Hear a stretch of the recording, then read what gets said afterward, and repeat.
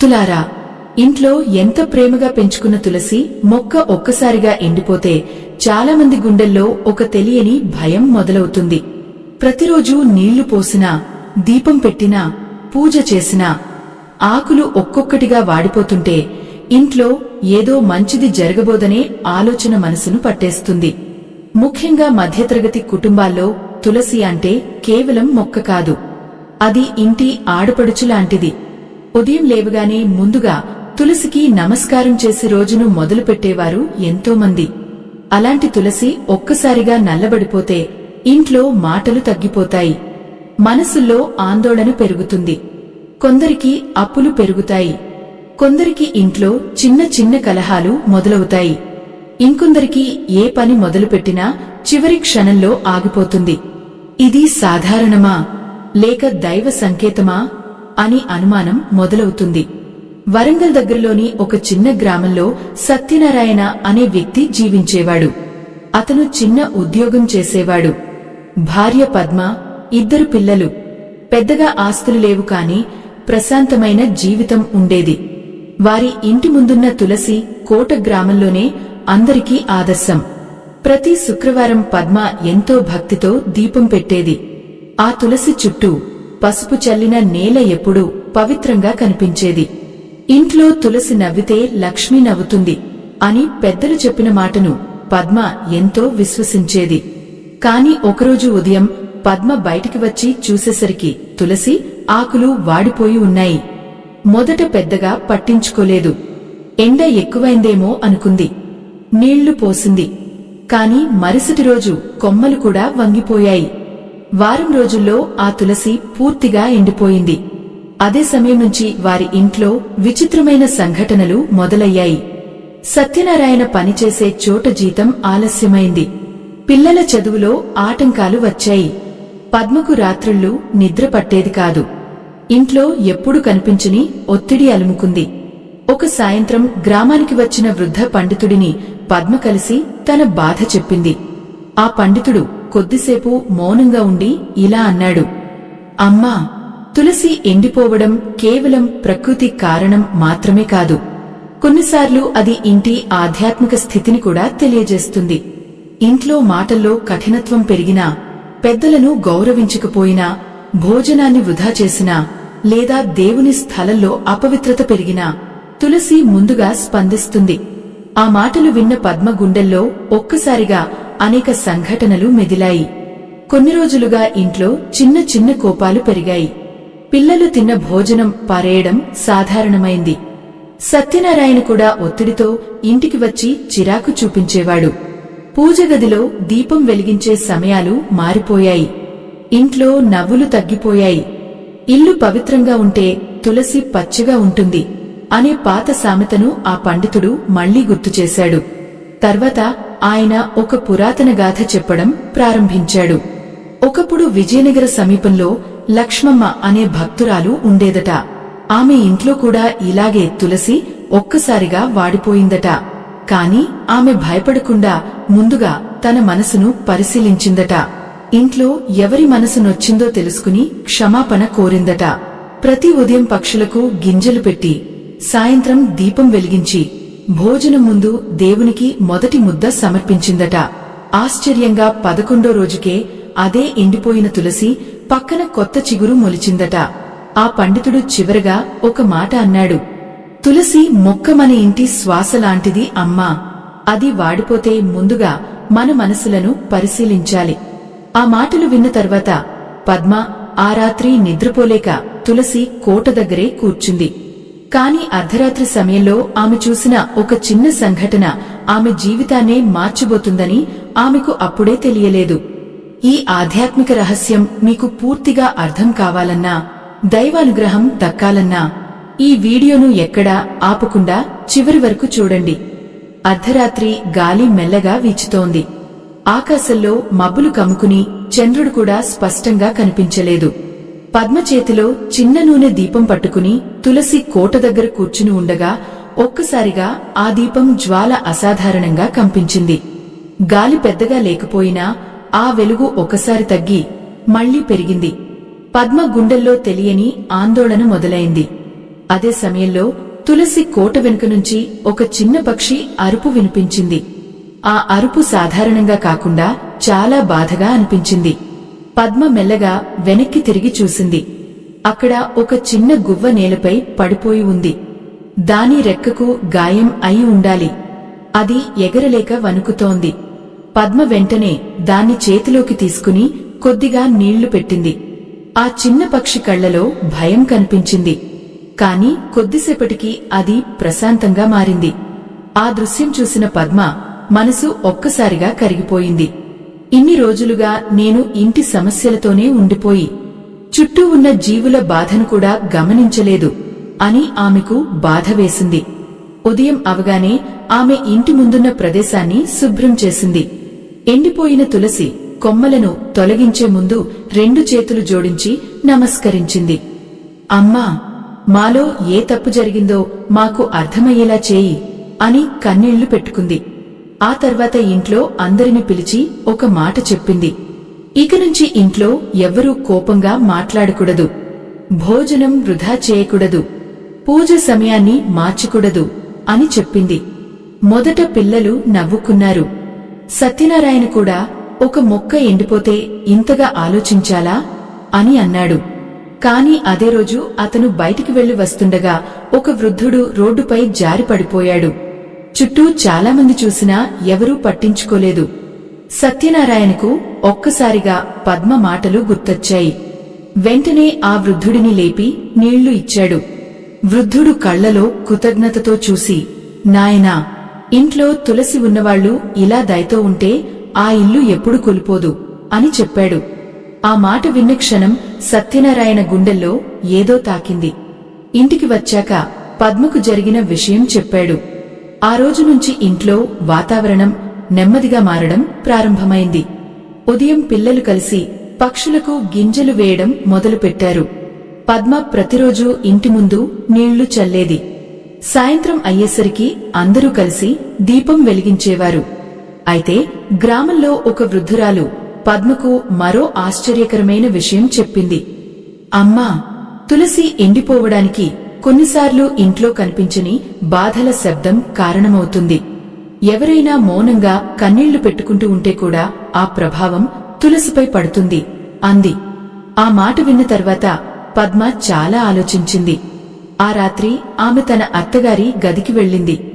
వృద్ధురాలు ఒంటరిగా కూర్చుని పాత ఫోటోలు చూస్తోంది. ఏమైంది అమ్మా అని పద్మ అడిగింది. కొద్దిసేపు మౌనంగా ఉన్న అత్తగారు చివరకు కన్నీళ్లు పెట్టుకున్నారు. మీ అందరికీ భారంగా మారానేమో అనిపిస్తోంది అని మెల్లగా అన్నారు. ఆ మాట విన్న పద్మ గుండె పగిలిపోయింది. నిజంగానే కొన్ని రోజులుగా పనుల్లో బిజీగా ఉండి ఆమెతో సరిగ్గా మాట్లాడలేదు. పిల్లలు కూడా ఆమె దగ్గర కూర్చోవడం తగ్గిపోయింది. అదే రాత్రి పద్మ పిల్లలందరినీ పిలిచి అమ్మమ్మతో కలిసి భోజనం చేయించింది. ఎన్నో రోజుల తర్వాత ఆ ఇంట్లో నవ్వులు వినిపించాయి. ఇంట్లో పెద్దవారి ఆశీర్వాదం ఉంటే ఆ గడప ఎప్పుడు వెలుగుతుంది అనే సామెతను సత్యనారాయణ గుర్తు చేసుకున్నాడు. మరుసటి ఉదయం ఒక అద్భుతం జరిగింది. పూర్తిగా ఎండిపోయినట్టే కనిపించిన తులసి కొమ్మ పక్కన చిన్న పచ్చని చిగురు కనిపించింది. అది చాలా చిన్నదే, కాని పద్మకు అది ఆశాకిరణంలా అనిపించింది. ఆమె ఆనందంతో చేతులు జోడించి నమస్కరించింది. కాని ఆ చిగురు కనిపించిన అదే రోజున గ్రామంలో జరిగిన ఒక సంఘటన వారి కుటుంబాన్ని మరో పెద్ద పరీక్ష ముందు నిలబెట్టబోతుందని వారికి తెలియదు. ఆ రోజు సాయంత్రం గ్రామమంతా ఒక్కసారిగా కలవరపడిపోయింది. ఊరి మధ్యలో ఉన్న పాత దేవాలయం దగ్గర పెద్ద పీపల్ చెట్టు కొమ్మ విరిగిపడింది.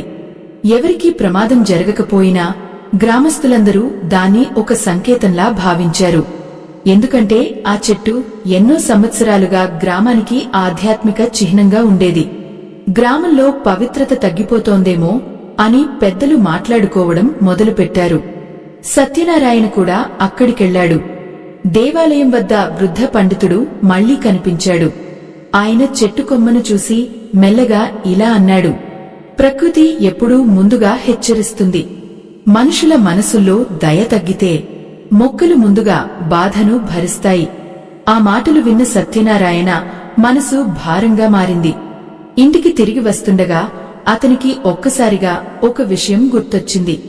కొన్ని నెలల క్రితం తమ ఇంటి వెనుక ఉన్న చిన్న నీటి గుంటను మట్టితో నింపించారు. అక్కడికి ప్రతి ఉదయం పక్షులు వచ్చి నీళ్లు తాగేవి. కాని ఇప్పుడు ఆ ప్రదేశం ఖాళీగా ఉంది. మన సౌకర్యం కోసం ఇతర జీవుల అవసరాన్ని మర్చిపోయామా అనే ఆలోచన అతన్ని కలచివేసింది. ఇంటికి వచ్చాక ఆ విషయం పద్మతో చెప్పాడు. వెంటనే ఇద్దరూ కలిసి ఇంటి ముందు ఒక చిన్న మట్టి పాత్రలో నీళ్లు పెట్టారు. మరుసటి ఉదయం పక్షులు వచ్చి ఆ నీళ్లు తాగడం చూసి పిల్లలు ఆనందంతో చప్పట్లు కొట్టారు. ఆ దృశ్యం చూసిన పద్మ కళ్లలో తృప్తి కనిపించింది. తులసి పక్కన కనిపించిన చిన్న చిగురు కూడా కాస్త పెద్దదైందనిపించింది. కాని అదే రాత్రి మరో విచిత్రం జరిగింది.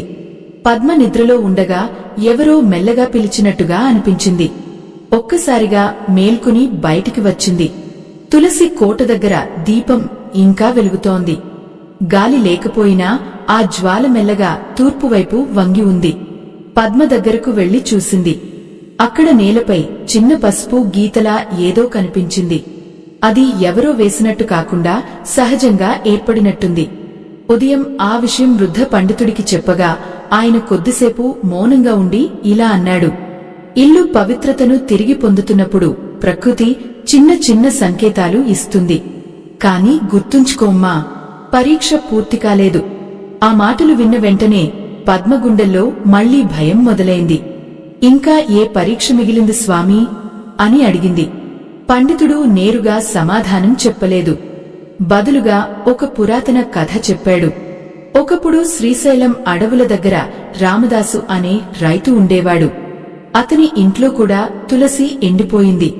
మొదట అతను దానిని చిన్న విషయం అనుకున్నాడు. కాని కొద్దికాలానికే అతని కుటుంబంలో మాటలు తగ్గిపోయాయి.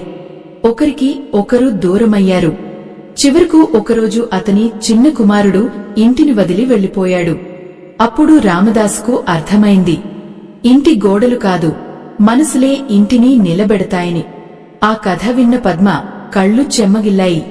ఎందుకంటే కొన్ని రోజులుగా తన పెద్ద కుమారుడు వినయ్ చాలా మౌనంగా మారిపోయాడు. ముందు ఎప్పుడు నవ్వుతూ ఉండే అతను ఇప్పుడు ఒంటరిగా కూర్చుంటున్నాడు. చదువు పేరుతో గదిలోనే ఉండిపోతున్నాడు. ఆ రాత్రి పద్మ అతని దగ్గరకు వెళ్లి మెల్లగా అడిగింది, ఏమైంది నాన్నా? కొద్దిసేపు మౌనంగా ఉన్న వినయ్ ఒక్కసారిగా ఏడ్చేశాడు. అమ్మా, నాకు ఎంత ప్రయత్నించినా చదువు గుర్తుండటం లేదు. అందరూ నన్ను తక్కువగా చూస్తున్నట్టు అనిపిస్తోంది అన్నాడు.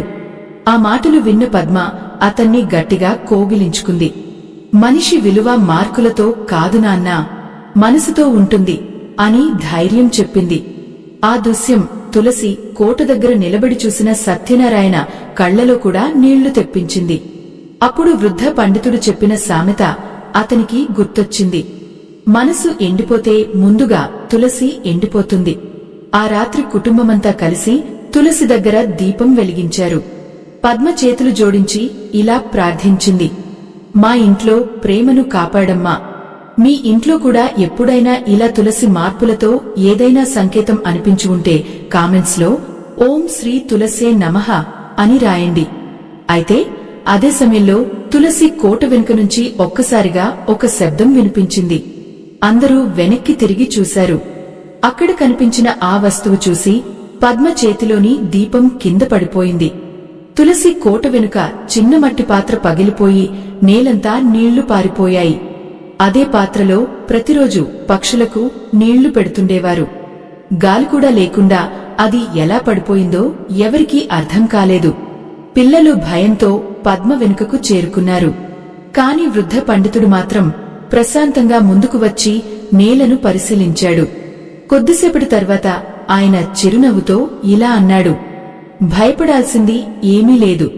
కొన్నిసార్లు ప్రకృతి మనకు ఒక విషయం గుర్తు చేయడానికి ఇలాంటివి జరుగుతాయి. ఏ విషయం స్వామీ అని సత్యనారాయణ అడిగాడు. మీరు ఇంట్లో ప్రేమను తిరిగి తెచ్చుకున్నారు. కాని ప్రేమను కేవలం మన కుటుంబానికే పరిమితం చేయకూడదు. దాహంతో వచ్చే ప్రతి జీవికి ఈ గడప తెరిచి ఉండాలి అని పండితుడు చెప్పాడు. ఆ మాటలు విన్న పద్మకు చిన్నప్పుడు తన అమ్మమ్మ చెప్పిన కథ గుర్తొచ్చింది. ఒకసారి తీవ్రమైన ఎండకాలంలో ఒక వృద్ధ మహిళ తన ఇంటి ముందు చిన్న కుండలో నీళ్లు పెట్టిందట. ఆ నీళ్లు తాగడానికి పక్షులు, ఉడుతలు వచ్చేవట. కొంతకాలానికి ఆమె ఇంట్లో ఎన్నో సమస్యలు తొలగిపోయాయట. జీవదే కంటే గొప్ప పూజ లేదు అని అప్పుడే అమ్మమ్మ చెప్పిందట. మరుసటి ఉదయం నుంచే పద్మ ఇంటి ముందు పెద్ద మట్టి గిన్నెలో నీళ్లు పెట్టింది. పిల్లలు పక్షుల కోసం గింజలు చల్లారు. సత్యనారాయణ తన చేతులతో చిన్న నీడ ఏర్పాటు చేశాడు. క్రమంగా ఆ ఇంటి ముందు ప్రతి ఉదయం పక్షుల కెలకిలారావాలు వినిపించసాగాయి. ఎప్పుడూ భారంగా అనిపించే ఆ గడప ఇప్పుడు ప్రాణం వచ్చినట్టుగా కనిపించింది. ఆశ్చర్యంగా అదే రోజుల్లో తులసి మొక్కలో కొత్త చిగుర్లు మరింత పెరిగాయి. పచ్చని ఆకులు మెల్లగా విప్పుకుంటుండగా పద్మ కళ్లలో ఆనందం మెరిసింది. తులసి మళ్లీ నవ్వుతోంది అని ఆమె మెల్లగా అనుకుంది. కాని జీవితం ఒక్కసారిగా పూర్తిగా మారిపోదు కదా. ఒక మధ్యాహ్నం సత్యనారాయణ పనిచేసే కార్యాలయం నుంచి వార్త వచ్చింది. కొన్ని కారణాల వల్ల ఉద్యోగులను తగ్గించే ఆలోచన జరుగుతోందని చెప్పారు. ఆ వార్త విన్న వెంటనే అతని మనసు మళ్లీ ఆందోళనతో నిండిపోయింది. ఇంటికి వచ్చాక ఏమీ మాట్లాడకుండా మౌనంగా కూర్చున్నాడు. పద్మ అతని ముఖం చూసి విషయం అర్థం చేసుకుంది. ఏమైంది అని మెల్లగా అడిగింది. సత్యనారాయణ నిట్టూర్చి, ఉద్యోగం పోతే మన పరిస్థితి ఏమవుతుంది అన్నాడు. కొద్దిసేపు మౌనంగా ఉన్న పద్మ తులసి మొక్క వైపు చూసింది. మన ఇంట్లో మళ్లీ శాంతి వచ్చింది. దేవుడు దారి చూపిస్తాడు అని ధైర్యం చెప్పింది. కాని ఆమె గుండెల్లో కూడా భయం లేకపోలేదు. ఆ రాత్రి వృద్ధ పండితుడు మళ్లీ వారి ఇంటికి వచ్చాడు. సత్యనారాయణ బాధ విన్నాక ఆయన ఇలా అన్నాడు. నాయనా, తులసి ఎండిపోవడం అనేది కేవలం దురదృష్టానికి సంకేతం కాదు. అది మన జీవన విధానాన్ని సరిచేసుకోవాలని ఇచ్చే హెచ్చరిక. భయం వచ్చినప్పుడు మనిషి మొదట ఆశను కోల్పోతాడు. కాని ఆశను వదిలేసిన ఇంట్లోనే చీకటి ఎక్కువ కాలం ఉంటుంది. అతను తర్వాత ఒక ధర్మగాథ చెప్పాడు. ఒకప్పుడు కాంచీపురం దగ్గర విష్ణుమూర్తి అనే నేతకారుడు ఉండేవాడు. అతని జీవితం కూడా అప్పులతో నిండిపోయింది. ఒకరోజు అతని ఇంట్లో తులసి పూర్తిగా వాడిపోయింది. అందరూ అది అపశకునమని భయపడ్డారు. కాని అతను ప్రతిరోజూ ఒక ఆకలితో ఉన్నవారికి అన్నం పెట్టడం మొదలుపెట్టాడు. కొద్ది నెలల్లోనే అతని జీవితం మారిపోయింది. ఎందుకంటే దానం చేసిన చేతుల్లో భయం ఎక్కువ కాలం నిలవదు. ఆ మాటలు సత్యనారాయణ మనసులో గాఢంగా మిగిలిపోయాయి. మరుసటి రోజు నుంచి అతను వారానికి ఒకరోజు అవసరమైన వారికి భోజనం పెట్టాలని నిర్ణయించుకున్నాడు. పిల్లలు కూడా తమ చిన్న పొదుపు నుంచి కొంత తీసుకొచ్చి సహాయం చేశారు. ఆ సాయంత్రం తులసి మొక్క దగ్గర దీపం వెలిగిస్తూ పద్మ ఇలా అనుకుంది. మన ఇంటి మార్పు ఈ మొక్కతో మొదలైంది. ప్రియమైనవారు, ఈ ఆధ్యాత్మిక కథ మీ హృదయాన్ని తాకి ఉంటే మా ధార్మిక ప్రయాణానికి మీ వంతు సహాయం స్కానర్ ద్వారా అందించవచ్చు. మీ చిన్న సహాయం కూడా ఇలాంటి మరెన్నో ఆధ్యాత్మిక కథలకు వెలుగవుతుంది. అయితే అదే రాత్రి సత్యనారాయణకు వచ్చిన ఒక అపరిచిత సందేశం అతని జీవితాన్ని మరో దారిలోకి తీసుకెళ్లబోతుందని అతనికి తెలియదు. ఆ రాత్రి అందరూ నిద్రపోయిన తర్వాత సత్యనారాయణ ఒంటరిగా బయట కూర్చున్నాడు. ఆకాశంలో నక్షత్రాలు మెరుస్తున్నా అతని మనసులో మాత్రం చీకటే ఉంది. చేతిలో ఉన్న చిన్న దూరవాణి ఒక్కసారిగా మోగింది. అపరిచిత సంఖ్య నుంచి వచ్చిన సందేశం అది. రేపు ఉదయం పాత చెరువు దగ్గరకు రండి. మీ జీవితానికి సంబంధించిన ముఖ్యమైన విషయం తెలుస్తుంది అని అందులో రాసి ఉంది. మొదట అతను దాన్ని సరదాగా తీసుకున్నాడు. కాని ఆ సందేశం చూసిన తర్వాత అతని గుండెల్లో ఒక విచిత్రమైన భావన కలిగింది. ఉదయం అవగానే ఎవరికీ చెప్పకుండా పాత చెరువు వైపు వెళ్లాడు. ఎన్నాళ్లుగానో ఉపయోగం లేక వదిలేసిన ఆ ప్రదేశం ఇప్పుడు నిశ్శబ్దంగా ఉంది. చెరువు అంచున ఒక వృద్ధుడు కూర్చుని కనిపించాడు. దగ్గరకు వెళ్లగానే అతను చిరునవ్వు నవ్వాడు. నువ్వే సత్యనారాయణ కదా అని అడిగాడు. అతను ఆశ్చర్యపోయాడు. మీరు ఎవరు అని అడిగాడు. వృద్ధుడు మెల్లగా ఇలా చెప్పాడు. కొన్నేళ్ల క్రితం ఈ చెరువులో నీళ్లు ఎండిపోకుండా చూసుకునే బాధ్యత మీ తండ్రిదే. ఆయన ప్రతిరోజూ పక్షులకు గింజలు వేసేవారు. దాహంతో వచ్చే జీవులను ఎప్పుడూ ఖాళీగా పంపేవారు కాదు. కాని ఆయన వెళ్లిపోయిన తర్వాత ఆ పని ఆగిపోయింది. ఆ మాటలు విన్న సత్యనారాయణ కళ్ల ముందు తన తండ్రి రూపం మెదిలింది. నిజంగానే చిన్నప్పుడు తన తండ్రి ప్రతి ఉదయం పక్షులకు గింజలు వేయడం అతను చూసేవాడు. కాని కాలక్రమంలో ఆ అలవాటు మాయమైంది. వృద్ధుడు చెరువు వైపు చూపించి, ప్రకృతి మనుషుల ప్రేమను ఎప్పటికీ మర్చిపోదు నాయనా. మనం దానిని వదిలేస్తే అది కూడా మౌనంగా బాధపడుతుంది అన్నాడు. అక్కడి నుంచి ఇంటికి వస్తున్నప్పుడు సత్యనారాయణ మనసులో ఎన్నో ఆలోచనలు పుట్టాయి. ఇంటి ముందున్న తులసి ఎండిపోవడం నుంచి మొదలైన మార్పు ఇప్పుడు తన జీవితం మొత్తాన్ని మార్చుతోందని అతనికి అర్థమవుతోంది. ఇంటికి వచ్చేసరికి పద్మ తులసి దగ్గర దీపం వెలిగిస్తోంది. ఆశ్చర్యంగా ఇప్పుడు ఆ మొక్క మళ్లీ పూర్తిగా పచ్చగా కనిపిస్తోంది. కొన్ని రోజుల క్రితం ఎండిపోయినట్టే కనిపించిన ఆ కొమ్మలన్నీ ఇప్పుడు కొత్త ఆకులతో నిండిపోయాయి. పద్మ ఆనందంగా, చూశారా, అమ్మ మళ్లీ మన ఇంట్లో స్థిరపడింది అంది. అయితే అదే సమయంలో మరో వార్త వచ్చింది. సత్యనారాయణ పనిచేసే కార్యాలయంలో ఉద్యోగాలు తగ్గించే నిర్ణయం నిలిపివేశారట. అంతేకాదు, అతని నిజాయితీ చూసి అతనికి కొత్త బాధ్యత కూడా అప్పగించారు. ఆ వార్త విన్న తర్వాత అతను తులసి మొక్క ముందు నిలబడి చాలాసేపు మౌనంగా ఉన్నాడు. వృద్ధ పండితుడు చెప్పిన మాటలు మళ్లీ గుర్తొచ్చాయి. తులసి ఎండిపోవడం శాపం కాదు, మన జీవితాన్ని మళ్లీ సరిచేసుకునే అవకాశం. ఆ రోజు సాయంత్రం కుటుంబమంతా కలిసి భోజనం చేస్తుండగా వినయ్ ఒక్కసారిగా మాట్లాడాడు. నాన్నా, నేను కూడా ఇక నుంచి ప్రతి ఆదివారం పక్షులకు నీళ్లు పెడతాను అన్నాడు. ఆ మాట విన్న సత్యనారాయణ కళ్లలో ఆనందం మెరిసింది. మనిషి సంపాదించే ధనం కంటే అతను పంచే దయ గొప్పది అనే సామెతను అతను మెల్లగా పలికాడు. ఆ తర్వాత రోజులు గడుస్తున్న కొద్దీ వారి ఇంట్లో మార్పులు మరింత స్పష్టంగా కనిపించాయి. ఉదయం భజనలు వినిపించేవి. పిల్లలు పెద్దలతో కలిసి కూర్చునేవారు. ఇంట్లో కోపం తగ్గిపోయింది. ముఖ్యంగా తులసి కోట చుట్టూ ఎప్పుడూ ఒక ప్రశాంతమైన వాతావరణం ఉండేది. కాని ఒక సాయంత్రం వృద్ధ పండితుడు చివరిసారిగా వారి ఇంటికి వచ్చాడు. ఆయన ముఖంలో ప్రశాంతత ఉన్నా కళ్లలో ఒక గంభీరత కనిపించింది. అమ్మా పద్మ అని మెల్లగా పిలిచాడు. ఏమైంది స్వామీ అని ఆమె అడిగింది. ఆయన తులసి మొక్కను చూసి ఇలా అన్నాడు. ఈ మొక్క మళ్లీ పచ్చబడింది. ఎందుకంటే మీ ఇంటి మనసులు మళ్లీ పచ్చబడ్డాయి. కాని గుర్తుంచుకోండి, పవిత్రతను నిలబెట్టుకోవడం ఒకరోజు పని కాదు, అది ప్రతిరోజు చేసే సాధన. ఆ మాటలు విన్న అందరూ మౌనంగా తలవంచారు. ఆ సమయంలో తులసి ఆకులపై పడిన సాయంత్రపు కాంతి బంగారు వెలుగులా మెరిసింది. ఆ దృశ్యం చూసి పద్మ మనసులో ఒక అపూర్వమైన ప్రశాంతత నిండిపోయింది.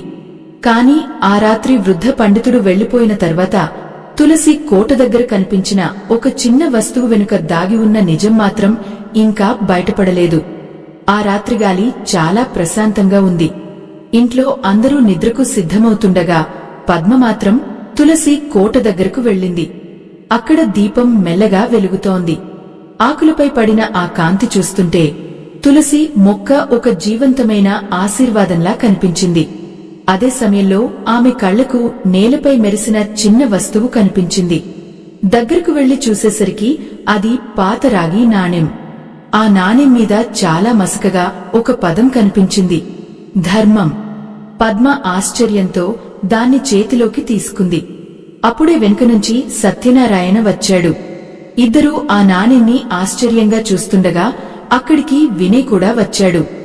అమ్మా, ఇది ఇక్కడికి ఎలా వచ్చింది అని అడిగాడు. పద్మకు వెంటనే వృద్ధ పండితుడు గుర్తొచ్చాడు. కాని ఆయన అప్పటికే గ్రామం విడిచి వెళ్లిపోయాడని తెలిసింది. మరుసటి ఉదయం సత్యనారాయణ గ్రామంలోని పెద్దలను కలిసి ఆ నాణెం గురించి అడిగాడు. అప్పుడు ఒక వృద్ధుడు ఆశ్చర్యంతో ఇలా అన్నాడు, ఇది సాధారణ నాణెం కాదు నాయనా. పాతకాలంలో ధర్మకార్యాలు చేసే కుటుంబాలకు ఆశీర్వాదంగా ఇలాంటి రాగి చిహ్నాలు ఇచ్చేవారని మా తాతలు చెప్పేవారు. ఆ మాటలు విన్న తర్వాత సత్యనారాయణ గుండెల్లో ఒక అపూర్వమైన భావన కలిగింది. మన ఇంట్లో జరిగిన మార్పు కేవలం అదృష్టం కాదు, అది మన జీవన విధానం మారిన ఫలితం అని అతనికి అర్థమైంది. ఆ రోజు నుంచి వారి కుటుంబం మరింత నియమంగా జీవించడం ప్రారంభించింది. ప్రతి ఉదయం తులసి దగ్గర దీపం వెలిగించే ముందు అందరూ కలిసి ఒక మంచి మాట చెప్పుకునేవారు. ఎవరికైనా కోపం వచ్చినా వెంటనే మౌనంగా ఉండి తర్వాత ప్రేమగా మాట్లాడేవారు. ఇంట్లో పెద్దలకు మొదట భోజనం పెట్టడం అలవాటైంది. పక్షులకు నీళ్లు పెట్టడం ఒక్కరోజు కూడా ఆగలేదు. కొన్ని నెలల తర్వాత వారి ఇంటి ముందు ఉన్న తులసి కోట గ్రామంలోనే ప్రత్యేకంగా మారింది. దూరదూరాల నుంచి వచ్చేవారు కూడా ఆ తులసిని చూసి నమస్కరించేవారు. ఇక్కడికి వచ్చాక మనసుకు ప్రశాంతత వస్తోంది అని చెప్పేవారు. ఒకరోజు గ్రామంలోని ఒక యువతి పద్మ దగ్గరకు వచ్చింది. అక్కా, మా ఇంట్లో కూడా తులసి ఎండిపోతోంది, మేమేం చేయాలి అని కన్నీళ్లతో అడిగింది. పద్మ చిరునవ్వు నవ్వింది. ముందు ఇంట్లో మాటలను మార్చుకోమ్మా, భోజనాన్ని గౌరవించండి, పెద్దలను ఒంటరిగా వదలొద్దు, ప్రతి జీవిని దయతో చూడండి. తులసి కేవలం నీళ్లతో కాదు, మన ఇంటి ప్రేమతో పచ్చబడుతుంది అంది. ఆ యువతి కళ్లలో ఆశ మెరిసింది. ధర్మం ఉన్న గడపలో దైవం నిలుస్తుంది అనే పాత సామెత ఇప్పుడు సత్యనారాయణ కుటుంబానికి నిజమే కనిపించింది. ఒకప్పుడు భయంతో నిండిపోయిన ఆ ఇంటి గడప ఇప్పుడు ఆశతో నిండిపోయింది. ప్రియమైనవారు, ఈ ఆధ్యాత్మిక ప్రయాణం మీ హృదయాన్ని తాకి ఉంటే ఇలాంటి మరెన్నో ధార్మిక కథలు కొనసాగేందుకు స్కానర్ ద్వారా మీ వంతు సహాయం అందించవచ్చు. మీ చిన్న సహాయం కూడా అనేక మందికి ఆధ్యాత్మిక వెలుగును పంచగలదు. ఆ సాయంత్రం సూర్యాస్తమయం కాంతిలో తులసి ఆకులు బంగారు రంగులో మెరిసిపోతుండగా పద్మ రెండు చేతులు జోడించి మౌనంగా నమస్కరించింది. ఆమె మనసులో ఇప్పుడు భయం లేదు. ఎందుకంటే ఆమె ఒక గొప్ప సత్యాన్ని తెలుసుకుంది. తులసి ఎండిపోవడం అనేది కేవలం అపశకునం కాదు, అది మన ఇంటి మనసులను మళ్లీ పవిత్రంగా మార్చుకోవాలని ప్రకృతి ఇచ్చే మౌన సందేశం. సత్యనారాయణ కూడా తులసి కోట ముందు నిలబడి పిల్లలను చూసి ఇలా అన్నాడు. మనిషి జీవితంలో నిజమైన ఐశ్వర్యం డబ్బు కాదు, ఇంట్లో ఉండే ప్రేమ, దయ, గౌరవమే. ఆ మాటలు విన్న వినయ్ మెల్లగా తులసి ఆకును తాకి నమస్కరించాడు. గాలి మెల్లగా వీచింది. తులసి ఆకులు సన్నగా కదిలాయి. ఆ దృశ్యం చూస్తుంటే ప్రకృతి కూడా వారి మార్పును ఆశీర్వదిస్తున్నట్టుగా అనిపించింది. ఆ రాత్రి ఇంటి ముందు దీపం వెలుగుతుండగా ఎన్నాళ్లుగానో ఆ ఇంట్లో కనిపించని ప్రశాంతత ప్రతి మూలలో పరుచుకుంది. ఒకప్పుడు ఎండిపోయిన తులసి ఇప్పుడు పచ్చగా విరాజిల్లుతోంది. అలాగే ఒకప్పుడు ఆందోళనతో నిండిపోయిన వారి జీవితాలు ఇప్పుడు విశ్వాసంతో నిండిపోయాయి. ఈ ఆధ్యాత్మిక ప్రయాణం ఇక్కడితో ముగిసిపోయింది. స్వస్తి.